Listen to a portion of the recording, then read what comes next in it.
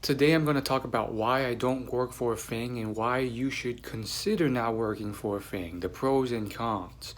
Now, if you're not familiar with FAANG is, it's a very popular acronym on a very popular topic nowadays. It stands for the major tech companies, Facebook, Apple, Netflix, Google, and so forth.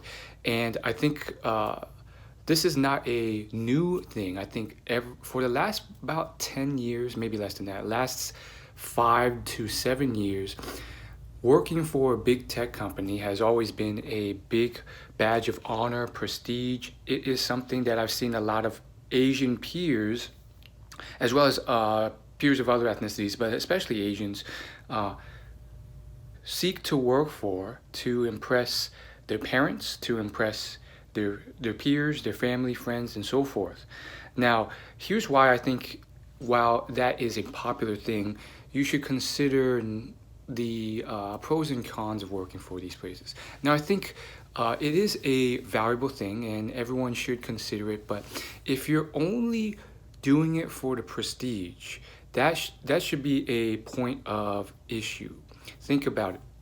A lot of Asian students, when they start to graduate college or they start thinking about where they want to intern, uh, they say, okay, I'm not going to be a doctor, I'm not going to be a lawyer. I got to work for a tech company. It's usually like within that realm, like doctor, engineer, lawyer, tech company. And the issue with that is it's often predicated by pleasing their parents' expectations. And yes, it comes with a lot of potential prestige, but really how much? And how much do you actually like the job? Now, passion is also very important. And unfortunately, I think a lot of people sacrifice some or a good portion of this working for that company. Now, arguably, a lot of them end up realizing what's wrong, and then within a few years, they switch out of it into a role that's more fitting. But I think a lot of them just fall into that trap of this is just good enough. And they end up staying in a state where they are happy, but not really that happy, but they can't walk away from the pay. And sometimes good enough is the biggest danger because it's just good enough that you never make that change. Now, I'm not saying all people fall into that, but it is something to seriously consider. Like, there are more factors than just impressing your parents. Now, in terms of pros, I mean, you probably already know what I'm going to say. Google definitely has a lot of really good catered lunches, dinners, and other perks and benefits. You get care packages. You really get taken care of very well. Netflix, you really do get like very generous paid time off for vacations, and the culture, the bosses take just as much to signify that you're able to do that. Uh, so, and then there's Microsoft and LinkedIn. LinkedIn apparently is a bit better than Microsoft in terms of pay and work culture. However, I think both are still very solid tech companies. Then you have, Facebook, who has been a giant, not as much of a catered comfort setting as Google, but often still comes with very high pay and reasonable work hours. Apple, Amazon, great work-life balance. Amazon, terrible work-life balance. You have to work a lot.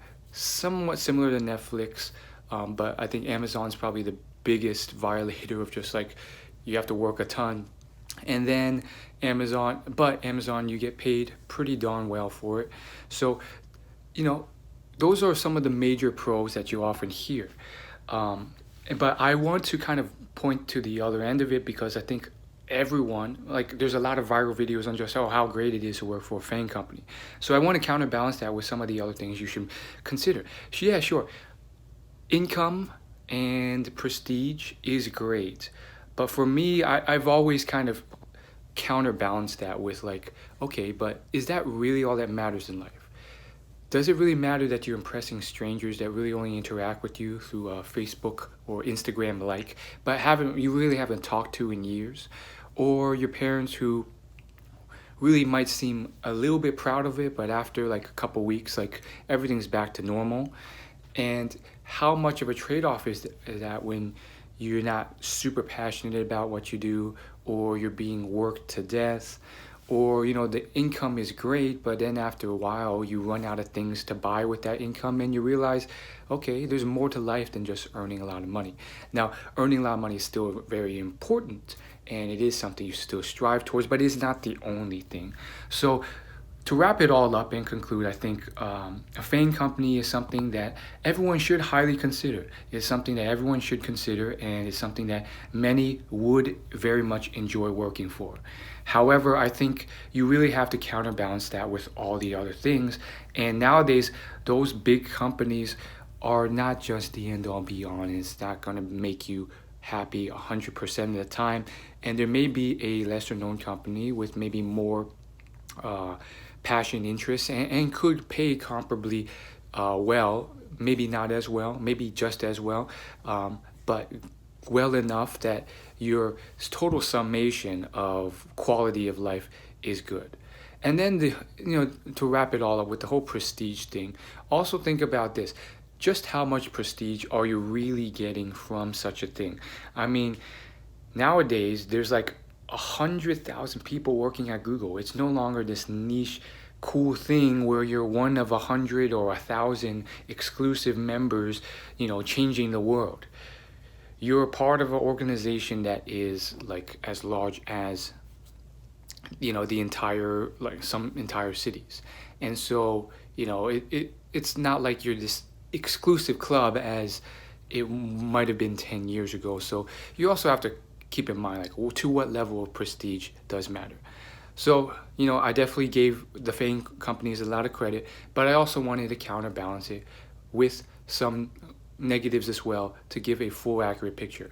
Hopefully this helps and guides you in your future internship and job decisions.